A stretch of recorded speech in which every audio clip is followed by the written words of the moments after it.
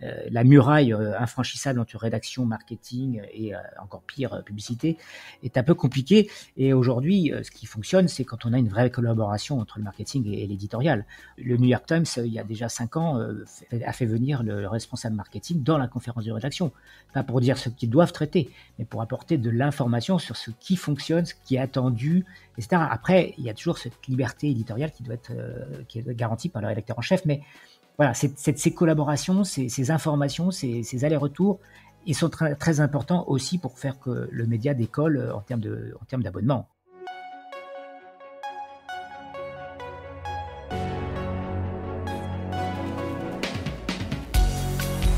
Bienvenue dans Mediarama, le podcast du futur des médias. Je suis François Desfossés et chaque semaine, je rencontre des entrepreneurs, des têtes penseuses et des experts de la galaxie média. Ce podcast est proposé par Cosa Vostra, agence de conseil tech et créative. Retrouvez-nous sur cosavostra.com.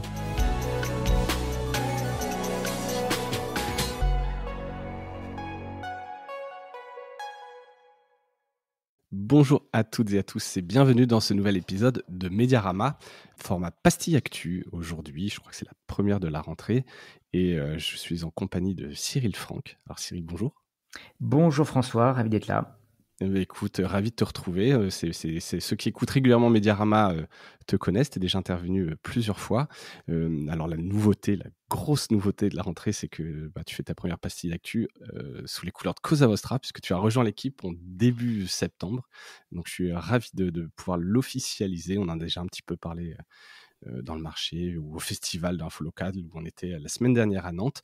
Pour ceux qui voilà, te suivent, en fait, étaient notamment, j'allais dire surtout, mais notamment connu pour ta newsletter, le débrief média. Alors que ceux qui étaient abonnés se rassurent, le débrief média devient Mediarama, la newsletter. On a lancé ça il y a 15 jours. Je vous mettrai le lien évidemment dans les notes de l'épisode.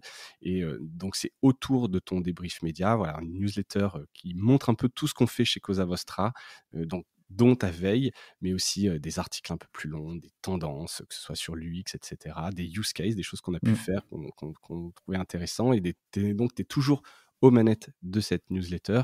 Je mettrai le lien encore une fois. N'hésitez pas à vous y inscrire. Vous retrouverez la patte de Cyril. Et encore une fois, Cyril, bienvenue dans l'équipe. Merci beaucoup, je suis trop content. Bon, écoute, c'est parfait, moi aussi. On s'est rencontrés d'ailleurs autour de ces pastilles actu. Et puis, tu vois, l'idée a fait un peu son chemin. Et donc, je suis ravi de t'avoir. Tu faisais notamment des formations. Donc, sans secret, on va lancer une formation. On aura l'occasion de revenir dessus.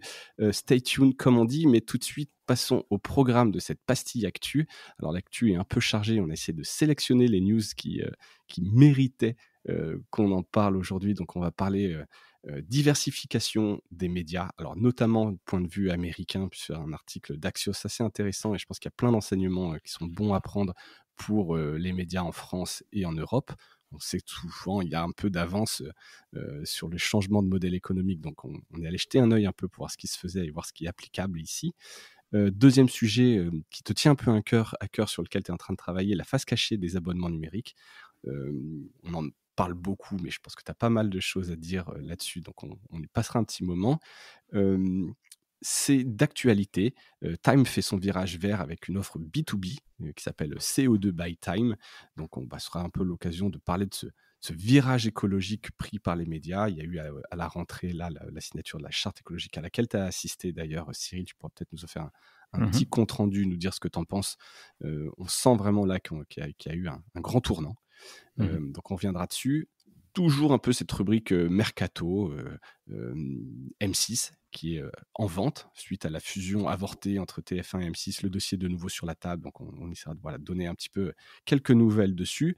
Le groupe Podix qui vient d'annoncer l'acquisition du studio de podcast français Nouvelles Écoutes. Donc pareil, consolidation du marché, il y a pas mal de choses à dire là-dessus.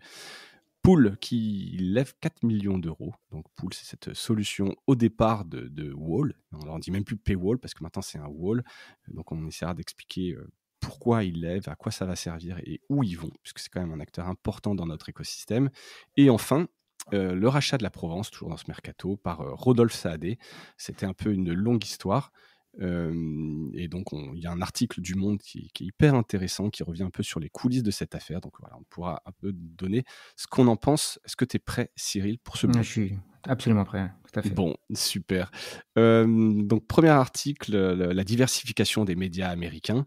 Donc c'est un article d'Axios. Comme d'habitude, je mettrai dans les notes les liens des articles qui nous ont inspirés pour cette pastille actu. Donc là, c'est des signaux faibles qui nous viennent un peu des États-Unis et comme je disais, qui vont probablement arriver en France à court, moyen, long terme, dans quelques années. Mais c'est intéressant parce qu'on cherche toujours un peu une diversification dans les médias. Donc là, en fait, clairement, aux US, les éditeurs se tournent vers l'édition de livres, les NFT, des sites e-commerce, voire même des projets à Hollywood pour diversifier leurs sources de revenus, au-delà de ce qu'on connaît comme le gros modèle économique, la publicité, les abonnements. Alors pourquoi c'est important ?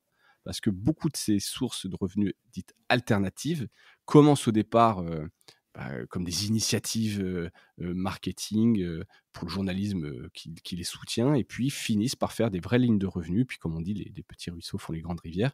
Est-ce que tu sens que c'est un effet d'aubaine ? Est-ce que tu sens vraiment que le secteur va être chamboulé et en fait les médias vont devenir des boîtes qui peuvent faire du marketing, qui peuvent tout faire ? Est-ce que tu penses que c'est légitime ? Est-ce que tu l'appelles de tes voeux ?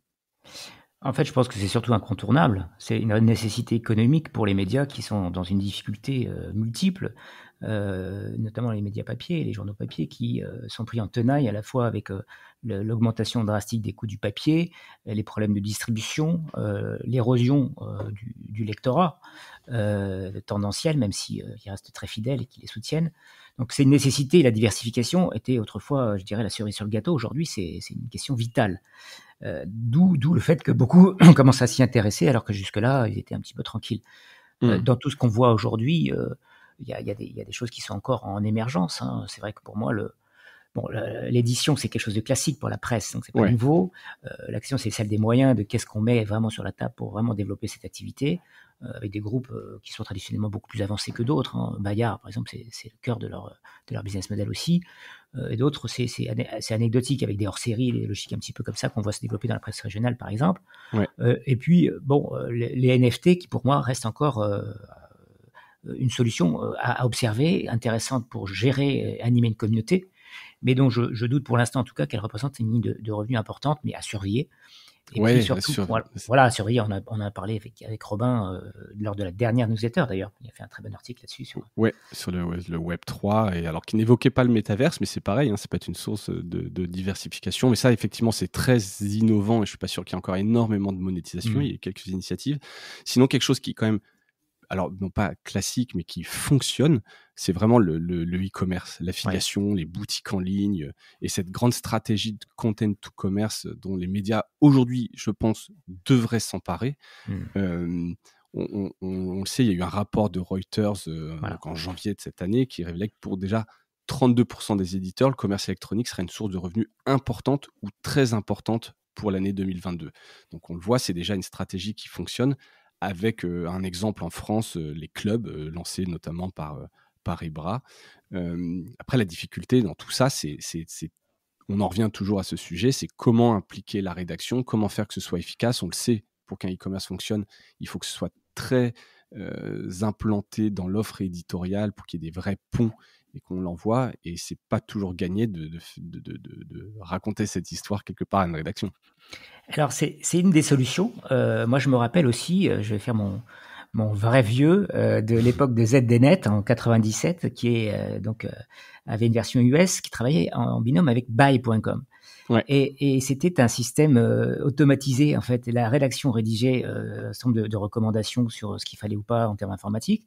Et ensuite, l'outil lui-même pluguait automatiquement les liens de e-commerce qui allaient bien. C'était de l'affiliation interne, on peut dire presque, avec quelque chose qui fonctionnait très bien. C'était très malin, et ça permettait de préserver à la fois l'indépendance journalistique à laquelle la rédaction est très attachée, et en même temps de rendre service au lecteur, parce que c'est toujours un peu compliqué quand vous dites au lecteur, voilà, c'est super, mais après débrouille-toi. Maintenant tu te débrouilles. J'ai toujours trouvé que parfois il y a une forme d'hypocrisie de laisser finalement le lecteur au milieu du gué et de pas aller jusqu'au bout de la démarche en disant on t'a recommandé ce produit, tu peux l'acheter ici, et si possible on peut même te faire une promotion. Donc il y a à la fois effectivement la recommandation éditorialisée et pourquoi pas le lien qu'on peut mettre directement par les rédactions. Et sinon, il y a aussi cette solution, je dirais, un peu agnostique, technologique, qui permet de plugger les liens qui vont bien, qui sont pertinents de façon automatique. Ouais. Après, effectivement, ça marche sur certaines typologies de produits. Est-ce que ça marche pas forcément sur du média IPG, etc. Donc, c'est à réserver quand même à certaines rubriques, typologies qui s'y prêtent bien, où on peut pas quelque part t'accuser de favoriser tel ou tel produit parce que tu l'as en affiliation et que tu gagnes de l'argent dessus. Voilà, c'est sûr. Et puis, il faut qu'il y ait une vraie recommandation. C'est-à-dire que ça ne peut fonctionner qu'à condition qu'il y ait un travail journalistique de fond. Je regardais ce que faisait le New York Times. Les produits sont testés. C'est tout bête, mais les produits sont vraiment testés. Donc, c'est pas juste un papier commandé parce qu'on sait qu'on vend ce produit. C'est vraiment, on teste un produit, on le trouve bon, on vous le recommande. Il y a un côté de prescription là-dessus. Exactement. Et là, en ce sens-là, moi, ça me pose pas de problème éthique en tant que journaliste d'aller jusqu'à mettre le lien et pourquoi pas gagner de l'argent avec ça. Tout vraiment est une question de quel produit on recommande, pour quelles raisons et à cette condition que ça peut fonctionner. Mais encore une fois, c'est vrai que c'est compliqué. On se heurte à une culture journalistique qui est quand même assez opposée à ça. Oui, mais donc ça c'est intéressant. Et puis évidemment le côté positif ou le deuxième effet qui se coule de mettre en place ce genre d'initiative autour du e-commerce, c'est le fait de récupérer de la data. On en parle à longueur d'épisodes, l'importance de la data, d'avoir son wall garden, etc. Avec la fin des cookies tiers, récupérer en fait de la donnée first party parce qu'on fait une transaction avec l'utilisateur, ça permet en fait de mieux les connaître, ça permet d'avoir un meilleur ciblage pour des revenus publicitaires. Donc c'est vraiment important, même pour développer le média en lui-même et quelque part renforcer l'offre publicitaire qui reste un modèle économique important. Ah oui, c'est sûr que c'est très intéressant comme technique. J'en vois même certains qui vont jusqu'à proposer des offres promotionnelles, qui est une des motivations d'achat, d'abonnement finalement aux produits informatifs. Alors, faut pas non plus dévaloriser trop le produit, c'est-à-dire qu'on va pas acheter l'information parce qu'on a des promos, les codes promos. Voilà, faut pas aller trop loin du côté obscur de la force, mais en tout cas, c'est une motivation, une brique motivationnelle de plus pour s'abonner potentiellement aussi dans un second temps. Ouais. Clairement, et c'est toujours le sujet entre voilà, je m'abonne parce que je soutiens ou je m'abonne parce que j'ai des perks, des bonus, et ça clairement ça peut en faire partie. En tout cas, moi je sais que ça peut être un calcul que je fais par rapport à ce que je peux gagner ou économiser. Ça peut me permettre de basculer sur le fait que je m'abonne ou pas. Donc pour moi, clairement, c'est un truc qui moi personnellement peut jouer. Ça marche aussi pour beaucoup de titres, comme Que Choisir, par exemple, qui fonctionne beaucoup à ça. Ouais. Les gens s'abonnent ponctuellement parce qu'ils ont un besoin important d'achat électroménager, et puis ils se désabonnent après. C'est clairement opportuniste, mais ça fonctionne pour un certain nombre de titres. Exactement, ça c'est à mesurer. Et donc, transition vers le deuxième article, parce qu'en fait, effectivement, le fait de devoir chercher d'autres modèles économiques, c'est voilà, il y a une espèce de fatigue des abonnements, d'inflation rampante. On le sait, c'est en train de se tasser un peu la prise d'abonnement. C'est de plus en plus dur de recruter. Je ne sais pas si l'âge d'or est déjà passé, parce que ça n'aura pas duré très longtemps, mais on sent qu'il y a vraiment de plus en plus de concurrence. Tu voulais nous parler un peu de la face cachée des abonnements numériques. Je te laisse un peu nous expliquer ce que tu as appris, tes enseignements, ou en tout cas par rapport à ce sur quoi tu travailles, où on en est un peu de ce marché. Oui, alors ça, c'est suite à l'animation de la table ronde au Festival de l'info locale à Nantes, le 22 septembre dernier, organisé par West Media Lab. On avait réuni un panel intéressant pour discuter un petit peu des questions qui fâchent autour de l'abonnement numérique et ce qu'on a appris dans les quelques années de recul qu'on a aujourd'hui sur ces sujets-là. Oui, c'est vrai qu'il commence à y avoir il y a eu un ralentissement, mais bon, la première chose, c'est que il faut bien comprendre que de toute façon, les abonnements numériques vont venir, vont s'arrêter, vont reprendre. Il y aura un côté conjoncturel, comme on vient de le dire, par rapport au côté un peu opportuniste. Les gens ont besoin de l'information quand c'est le Covid et qu'il y a une nécessité urgente de santé publique, de santé personnelle. Et puis, ils vont s'abonner aussi au New York Times quand il y a Trump et qu'ils sont très inquiets sur ce que devient leur pays, etc. Il y a des phases plus calmes où on a moins envie de s'abonner, on a moins la nécessité. Et aujourd'hui, il y a un ralentissement qui est lié à des arbitrages économiques liés à l'augmentation de l'inflation qui pèse sur le pouvoir d'achat des ménages. Donc, on sait aussi que, voilà, ça c'est un des enseignements de ces quelques années, que l'information ne fait pas partie des motivations premières en termes de besoins des gens, dans la majeure partie des cas. Hein. Il y a évidemment, nous, les journalistes, on est des exceptions, mais on a parfois un peu tendance à se projeter sur les besoins des autres. Et la majeure partie des gens, en fait, préfèrent le divertissement, et on le voit dans les études à longueur d'année. C'est d'abord les plateformes de VOD, de streaming, de audio, vidéo, de divertissement en général, qui concentrent l'essentiel des dépenses des achats en ligne.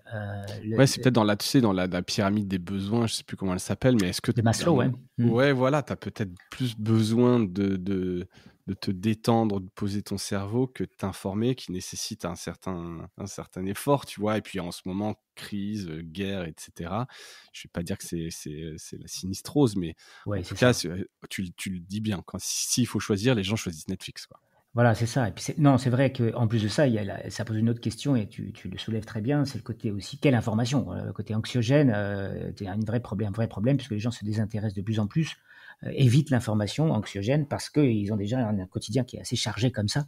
Ils n'ont pas envie en plus qu'on leur mette la tête sous l'eau avec tout ça, ou alors si on leur parle des problèmes, qu'on leur donne aussi les solutions, ce qui pose la question également, mais c'est un autre sujet du journalisme un peu plus constructif. Voilà, c'est un des enseignements parmi d'autres. Il y a aussi le fait que pendant quelques années, on a nous inventé le modèle Mediapart comme étant la panacée. On en est revenu.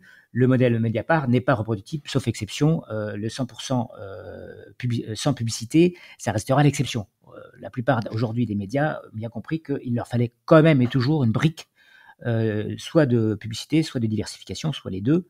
Mais on s'en sortira pas mal. J'en ai vu des, tu vois, je pense là justement au festival, il y avait ce magazine La Grenouille à grande bouche. Alors je peux en parler parce qu'ils ont arrêté il y a quelques mois, superbe magazine culinaire, mais zéro pub. Et alors c'est beau, hein, mais je me dis quand même, tu démarres, tu ne t'aides pas en disant je veux pas partir avec de la pub. Après il y a des exemples comme Vert, le média. Bon, eux, ils sont sur, ils veulent absolument pas de pub, c'est presque une question d'éthique, etc. Quoique je pense que tu pourrais publier quelque part ta charte déontologique, comment tu choisis tes annonceurs, etc. Et que tous les annonceurs sont pas achetés, hein, tu vois, il y a des belles entreprises qui ont besoin aussi de faire de la publicité, mais c'est vrai qu'il y a eu cette tendance un peu de se dire, puisque je fais de l'abonnement, je peux pas présenter de la pub à mon abonné. Or, il y a de tout temps, il y a eu, t'achètes le journal, t'es abonné, sur le papier, t'as de la pub, et en fait, c'est pas choquant si elle est bien placée, si elle est affinitaire, etc. Ça a été une lubie un peu de ces jeunes médias de se dire, je veux pas de pub, c'est mal la pub. Oui, il y a une question culturelle, effectivement, de se méfiant. Il y a eu des excès aussi inverses dans l'autre sens, hein, de médias qui ont beaucoup abusé sur la publicité sans discernement. Il y a aussi effectivement la question de la taille. On peut se permettre finalement de se passer de publicité quand on est une petite équipe. Les journaux qui arrivent à se passer aujourd'hui de publicité, d'abord se tirent un peu la langue, hein, faut dire la réalité. Ils se payent pas toujours très bien, les fondateurs. Ils se débrouillent un peu comme ils peuvent, et effectivement, ils arrivent quand même à s'en sortir avec leur communauté, avec tout ce qui peut être fait autour du don, ou en tout cas du soutien. Ça peut fonctionner sur des petites structures. Ça devient beaucoup plus compliqué quand on a des gros médias avec des centaines de salariés. Et c'est là-dessus que le 100% abonnement ne fonctionnera pas. Et c'est aussi pour ça que ça revient au premier point qu'on a abordé sur les diversifications, sur ce qu'évoque Axios dans son article. Donc voilà, ça c'est un deuxième enseignement, c'est que il y a un peu à la fin de l'utopie du tous abonnés. Il n'y aura pas de la place pour tout le monde sur du 100% abonné. Ou alors, tu as intérêt à sortir des exclus, ce qui est le cas de Mediapart en l'occurrence, quoi.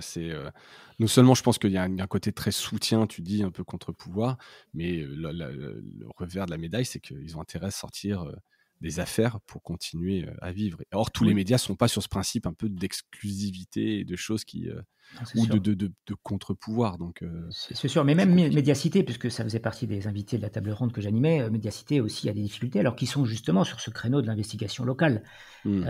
Pourquoi ? Parce qu'il y a une prime au plus gros. Les études montrent, encore une fois, arbitrage budgétaire, on a un abonnement en France en moyenne par personne.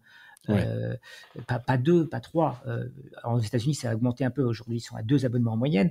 Et puis, il y a un certain nombre de foyers qui sont au-delà. Mais ce que je veux dire par là, c'est que ça donne une prime énorme aux leaders de chaque Ouais. secteur, ce qui fait que ça ne facilite pas, même si on apprécie le titre, l'abonnement à des second, troisième, quatrième, ou même à des niches.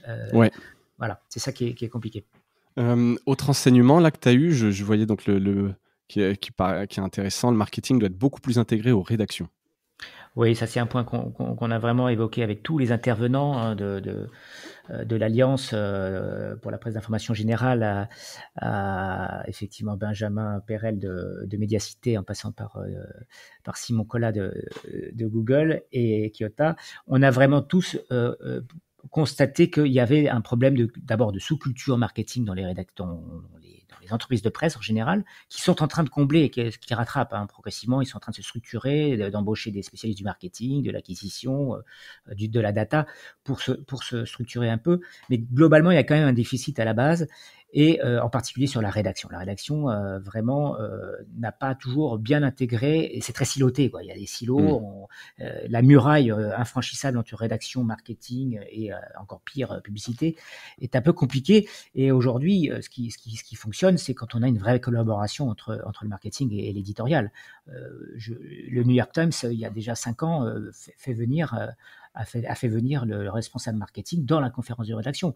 Pas pour dire ce qu'ils doivent traiter, mais pour apporter de l'information sur ce qui fonctionne, ce qui est attendu, etc. Après, il y a toujours cette liberté éditoriale qui doit être garantie par le rédacteur en chef. Mais voilà, ces collaborations, ces informations, ces allers-retours, ils sont très, très importants aussi pour faire que le média décolle en termes d'abonnement. Voilà. Ouais, très clair. Bah, écoute, je l'appelle, hein, c'est souvent ce qu'on dit nous aussi aux médias, il faut parler avec le marketing, la rédaction, et cetera. C'est hyper important parce que en fait, certains articles vont mieux convertir que d'autres, il faut les mettre en avant, il faut les angler. Donc c'est hyper important, en tout cas, que la rédaction soit impliquée dans les strates marketing, assez tôt et désilotée, comme tu le dis. Hem Et puis enfin, un autre, enseignement, en finir avec certaines mauvaises pratiques marketing.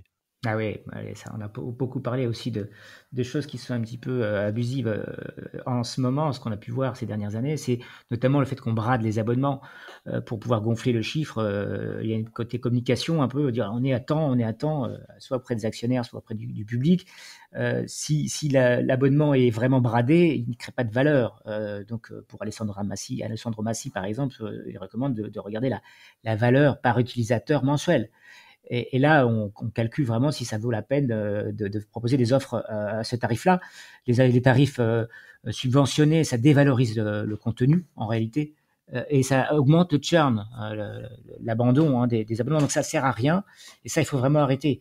C'est même De même, contre-productif, quoi, ouais, tu veux dire? c'est contre-productif, et ouais, et ça abîme la marque en fait. En réalité, ça donne le sentiment que vous vous rappelez à l'époque où on vendait un magazine avec un produit dans la presse féminine, je sais pas, on donnait un maillot de bain pour, Ah, 99 centimes, un truc voilà. comme ça. Mais je crois que ça continue, enfin, dans la presse féminine. J'ai encore vu justement en rentrant de Nantes dans un kiosque, un magazine avec une crème, et cetera, pour un prix défiant toute Et c'est concurrence. ça. C'est Parfois, on se demande si on achète la crème ou le magazine. C'est-à-dire que vraiment, là, on voit bien que là, c'est la dérive c'est la du dérive par rapport à ce marketing. qu'on disait tout à l'heure. Ça peut te faire basculer sur un abonnement, un bonus, mais c'est vrai que là, si tu achètes en kiosque la crème, bon, c'est quand même assez peu de valeur, apporter peu de valeur à ton magazine. C'est ça.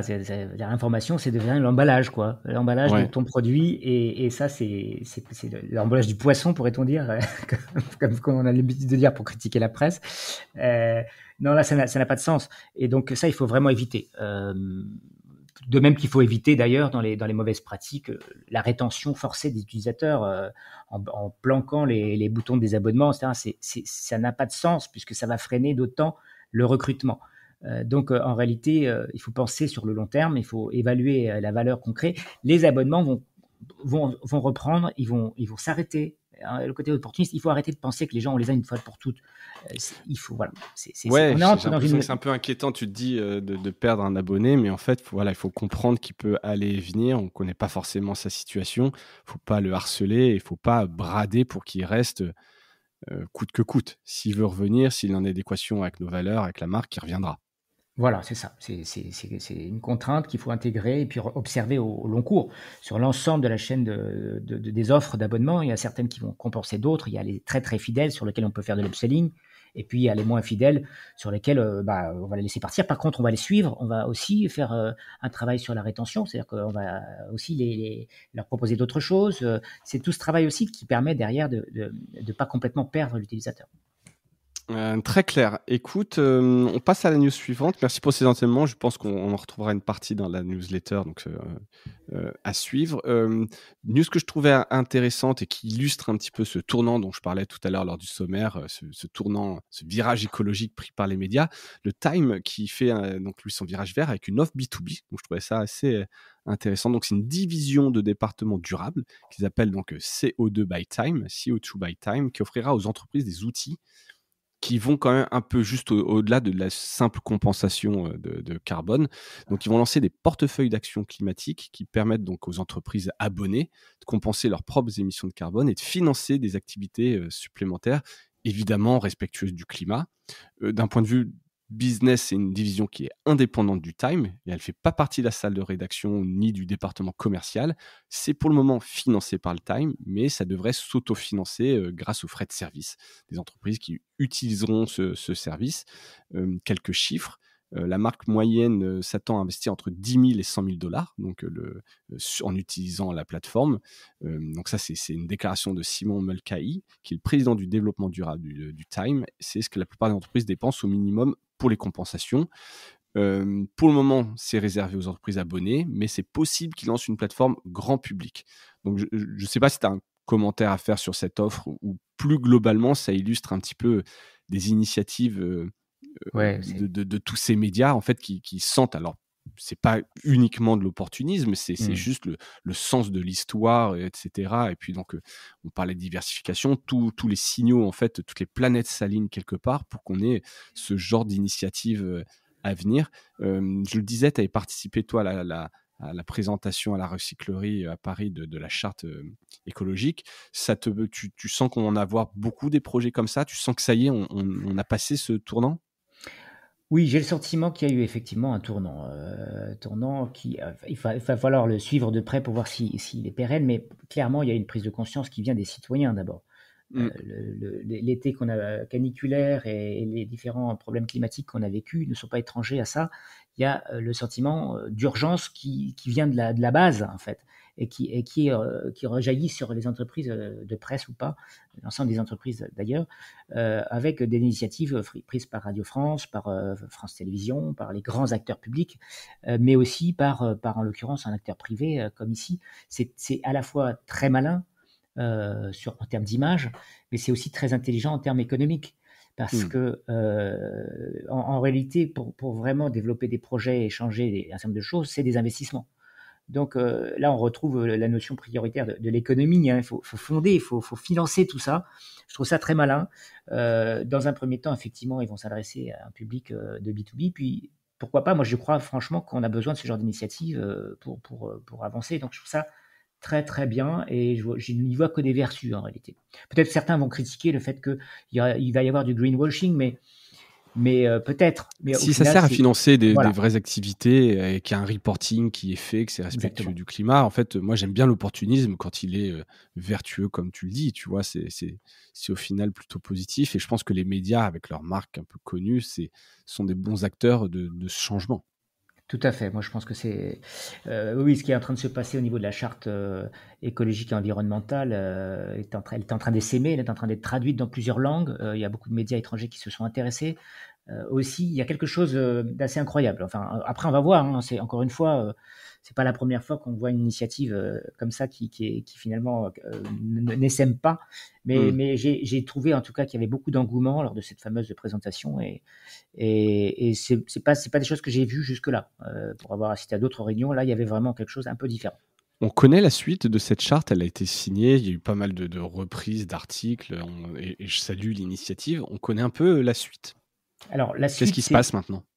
La question, c'est, à la base, le projet, c'était juste déjà de se poser pour avoir un certain nombre de règles pour lesquelles on se met d'accord. Et c'est déjà pas mal, parce que ce qu'il faut bien comprendre, c'est qu'elle met en cohérence, en cohésion, des points de vue très différents, hein, de Blast à À à des valeur gens qui sont. actuelle, je crois qu'il Ouais, y a des gens à là, c'est valeur ça. actuelle qui ont Alors, sans aller signé à jusqu'à titre du côté. individuel. Mais en tout cas, des positions sur le climat qui sont plus ou moins radicales, plus ou moins accentuées. Et donc, ils ont réussi à se mettre d'accord sur un texte qui permet justement la reprise par le plus grand nombre. Ce qu'il fallait surtout pas, c'était tomber dans le piège de l'activisme, de l'hyperactivisme, et donc de rester entre soi. Ouais. Là, il y a eu vraiment une Là, affaire. c'était bien fait, c'est ouvert à tous. Voilà, chaque mot a été pesé. Il y a eu apparemment des conciliabules sans fin pour avoir discuté avec l'un des rédacteurs qui est un copain. On a vraiment échangé là-dessus. Il m'a dit donc oui, on a réussi à faire ça. Maintenant, la suite, c'est il faut que chacun s'en empare et on voit déjà des initiatives. Par exemple, Radio France a dit non, nous on va pas la signer parce qu'on n'a pas l'habitude de faire ça, mais on est en train de rédiger la nôtre. Pourquoi pas? Si ça a une implication derrière sur leur propre réflexion, si ça fait avancer les choses, très bien. Il y a voilà, des entreprises qui ne souhaitent pas signer parce qu'ils ne sont pas d'accord avec tel point ou parce que c'est pas eux qui l'ont produite. Donc, encore une fois, l'indépendance journalistique. Mais l'idée, c'est qu'elle soit aussi suivie par les associations, c'est-à-dire avec peut-être un regard sur les évolutions des uns et des autres, sur les engagements qu'ils ont pris. Ça, c'est des choses qui sont en train d'être discutées avec les équipes en question. Mais à date, voilà, viennent d'accoucher du truc, quoi. Ouais, c'est clair. Énorme travail déjà. Énorme travail à saluer. On suivra un peu cette évolution. Ça m'intéresse de voir un petit peu ce qui se passe derrière. Combien de médias s'en emparent, communiquent dessus, ceux qui disent qu'ils sont en train de travailler sur leur propre charte en interne. Tu vois, est-ce que là, maintenant que l'été est passé et donc les canicules sont derrière nous pour le moment, est-ce que ça va retomber ou est-ce qu'il va être pris par un autre sujet? En tout cas, on sent même à titre citoyen qu'effectivement, c'est un peu l'année du tournant où moi personnellement, voilà, ça m'a un peu fait switcher en étant à Bordeaux avec tous ces incendies. Bon, là, tu te dis, ça y est, on est dedans et c'est dommage qu'on n'ait pas réagi plus tôt. C'est ça. Mais mieux vaut tard que jamais, je l'espère. Dernière grande partie de cette pastille actu, le mercato, beaucoup de mouvements dans les médias. Alors, le grand mouvement, c'est quand même M6 qui est en vente. Une des conséquences de la fusion avortée entre TF1 et M6, on l'a beaucoup traité ici à ce micro. Moi, je trouvais que c'était plutôt bien, mais ça, c'est mon avis perso, parce que j'ai un peu la vision globale face au Netflix, Disney, Amazon, Apple, etc. Je trouvais que ça faisait du sens. Bon, il se trouve que l'autorité de la concurrence pense que non, et que voilà, il n'y a pas de... Alors, je ne sais plus le terme exact qu'ils utilisaient, mais entre on ne peut pas substituer la publicité télé à la publicité digitale. Et donc, bon, au final, en fait, ça ne marchera pas. Et donc, conséquence directe pour TF1, changement à la présidence. Et pour M6, le dossier est remis sur la table, puisque Bertelsmann l'avait bien annoncé. Ils veulent se séparer d'M6. Et donc, je crois qu'il y a 3 dossiers qui ont été déposés, dont ce duo un peu inattendu, Xavier Niel et Silvio Berlusconi. Alors après, je sais pas si tu as suivi un petit peu ce dossier-là. Donc, il y a également dans les repreneurs Daniel Kretinsky, candidat, et puis l'autre qui serait, à mon avis, de ce que je comprends dans les coulisses, les favoris, qui serait donc un trio entre Rodolphe Saadé, dont on parlera tout à l'heure, le patron de CMA-CGM, ce grand groupe logistique, Marc Ladrette de La Charrière, donc fondateur de Fimalac, qui a notamment Webedia dans les médias, la revue des Deux Mondes, donc qui est assez bien connu dans le monde des médias et pour terminer ce trio, Stéphane Courby, du groupe Badidjet, donc qui est le premier groupe mondial de contenu audiovisuel. T'as des favoris? Qu'est-ce que tu en penses de ces grands mouvements? Alors oui, alors moi j'étais un peu sceptique déjà au départ sur le fait que l'alliance M6 et TF1 pouvait vraiment rivaliser avec les plateformes Netflix et autres. Ça resterait, je crois, de la part de Monsieur de Taverneau, qui disait que même ensemble, ça resterait un peu des nains à côté de ces plateformes. Mais bon, plus on s'allie, c'est quand même souvent quelque chose que je dis ici, c'est important de d'être gros. Il y a quand même un effet volume. Mais bon, donc toi, tu étais un peu sceptique. Oui, sur ce point-là. Après, la concentration permet quand même de financer aussi la programmation. Donc, c'était aussi cette question de qui finance aujourd'hui les programmes. Si on n'a pas de la production internalisée en France, il va falloir l'acheter et c'est à nouveau les plateformes qui vont les produire. Donc, j'étais pas forcément opposé à cette concentration. Néanmoins, bon, l'argument de la lutte me semblait pas forcément le plus pertinent. D'ailleurs, je crois que l'autorité de la concurrence l'a soulevé aussi, sur le repreneur, moi, j'ai pas d'informations de ce qui se passe en coulisses. C'est vrai que le duo Xavier Niel, Silvio Berlusconi m'a un petit peu étonné parce que je ne pensais pas que Niel était de ce côté-ci du manche politique, mais pour dire les choses sobrement. Mais oui, après, effectivement, il y a une verticalisation, il y a un côté assez intéressant dans la dernière offre avec Banijay, le fait d'être aussi dans le contrôle à la fois de la production de programmes et puis derrière, effectivement, de sa distribution fait sens. Donc là, effectivement, je trouve que c'est plutôt malin. Et en plus, il se trouve que Rodolphe Saadé a plutôt bonne presse en ce moment, on va en parler tout à l'heure. Ouais, clairement. Mais oui, je trouve que c'est intéressant, cette concentration peut-être verticale, à défaut d'avoir pu faire une concentration horizontale, repartir, voilà, et maîtriser la production de contenu, hein. Je le disais, chez Banijay, c'est koh c'est tous les grands programmes d'entertainment à la télévision. Donc forcément, ça pourrait quand même avoir pas mal de sens, et ça pourrait faire un beau groupe. Et a priori, leur offre serait vraiment une offre un peu au-dessus. Donc, je crois que les dossiers ont été finalisés, les offres. On verra qui remportera un peu le lot d'M6. Mais voilà, il y a encore un peu de boulot. Et c'était une conclusion un peu de cette fusion malheureuse qu'on aura suivie, qui aura quand même coûté quand même pas mal aux deux intéressés, hein. Je crois qu'on parle de plusieurs dizaines de millions de frais d'avocats, etc. T'imagines bien que tout ça coûte un petit peu. Et voilà, donc à suivre ce dossier qui n'est donc pas tout à fait terminé. Comment vont rebondir les groupes, qui va acheter M6, on en reparlera. Autre sujet mercato, alors à beaucoup plus petite échelle, le groupe Podix, donc c'est un groupe suédois qui a racheté le studio de podcast Nouvelles Écoutes. Alors je dis moindre échelle, mais même phénomène, hein. C'est quelque chose qu'on a beaucoup observé aux États-Unis ces derniers mois, ces dernières années, une concentration dans les studios de podcast. C'est en train d'arriver. Donc Podix, voilà, leur thèse, c'est d'aider les entreprises dans lesquelles ils investissent à devenir incontournables sur leurs marchés nationaux, en leur faisant profiter d'un réseau européen. Donc, ils ont levé vraiment dans cet objectif de racheter. Donc, je crois qu'il y aura d'autres nouvelles à venir.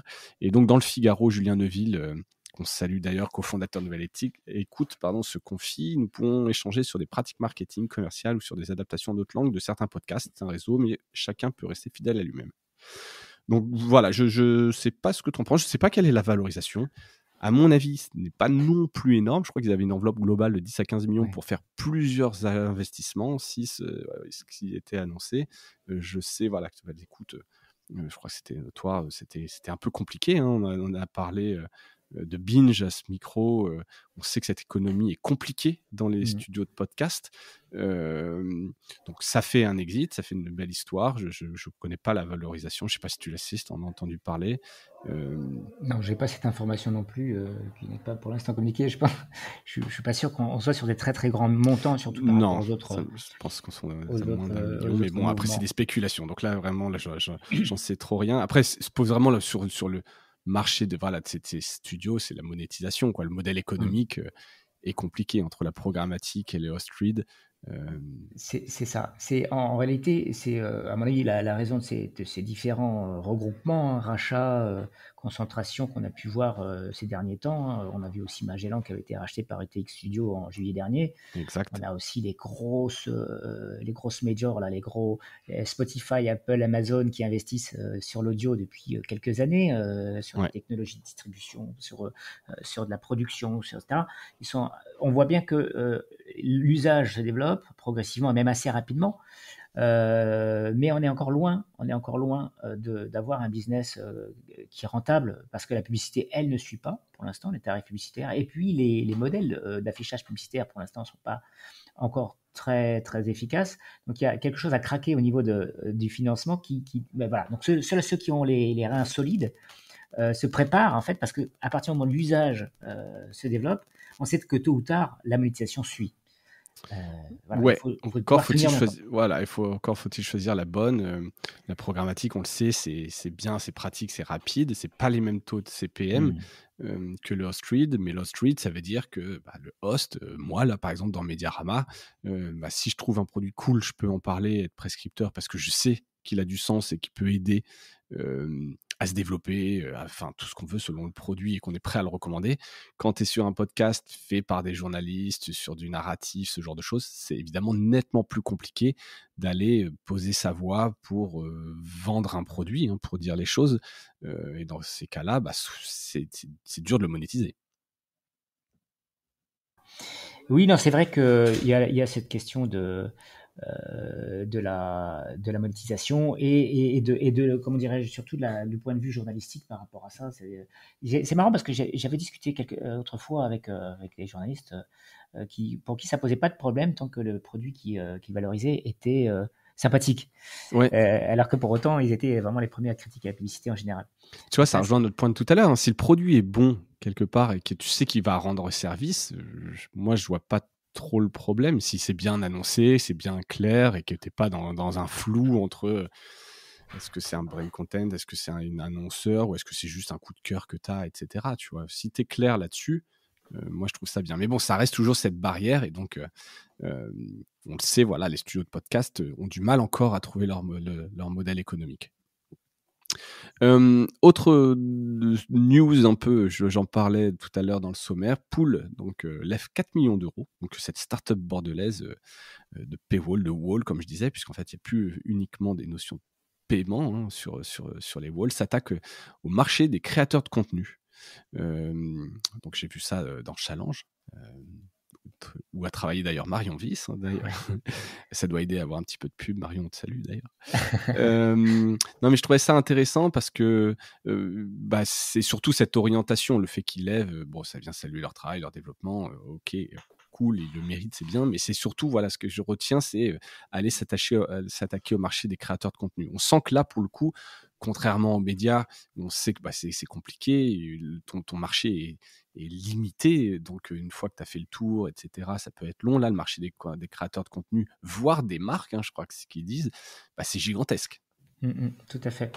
C'est d'ailleurs pour ça que s'oriente vers ce genre de produit, hein, avec un travail sur le membership, créer de l'engagement pour les marques, créer de l'engagement pour les marques qui sont devenues des médias, qui veulent devenir des médias. Ça va beaucoup plus loin que simplement le segment du paywall et de la facturation, de l'achat en Ouais, ligne.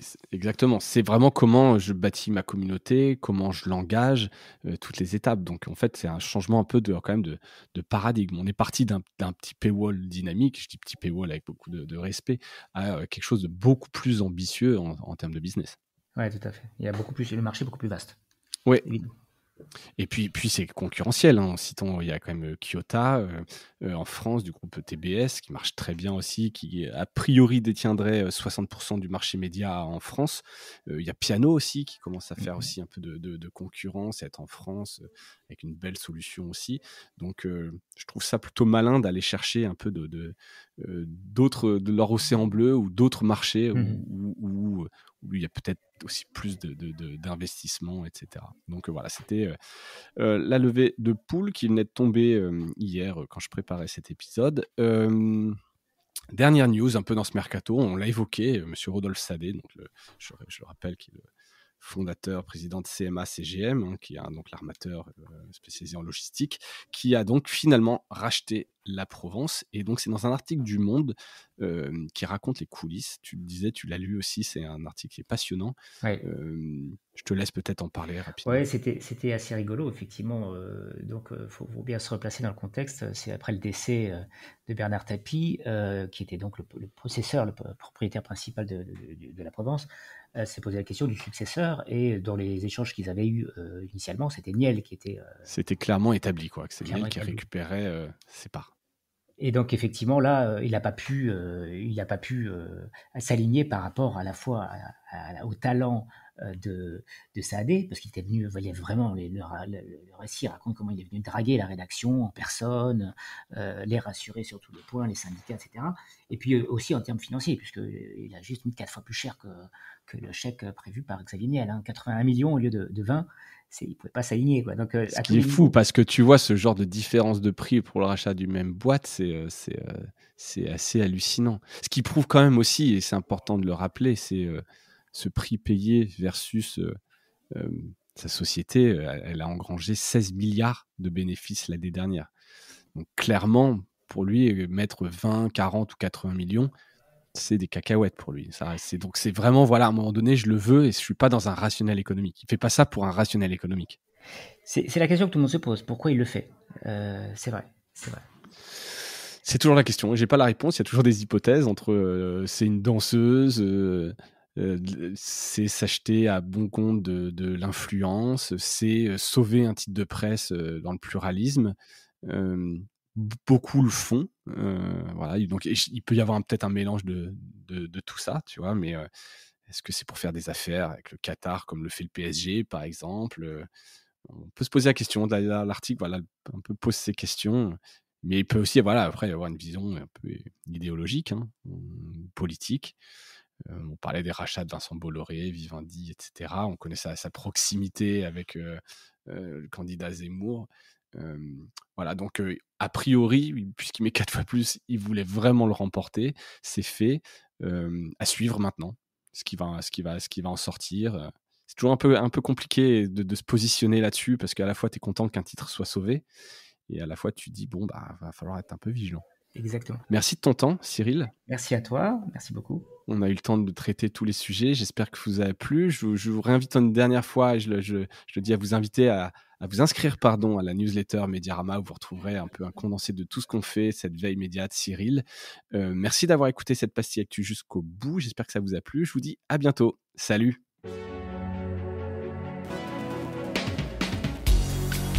Voilà, Mediarama s'achève.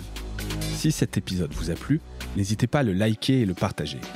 Et puis, si vous souhaitez être accompagné par notre agence Cosa Vostra, contactez-moi par mail mediarama@cosavostra.com.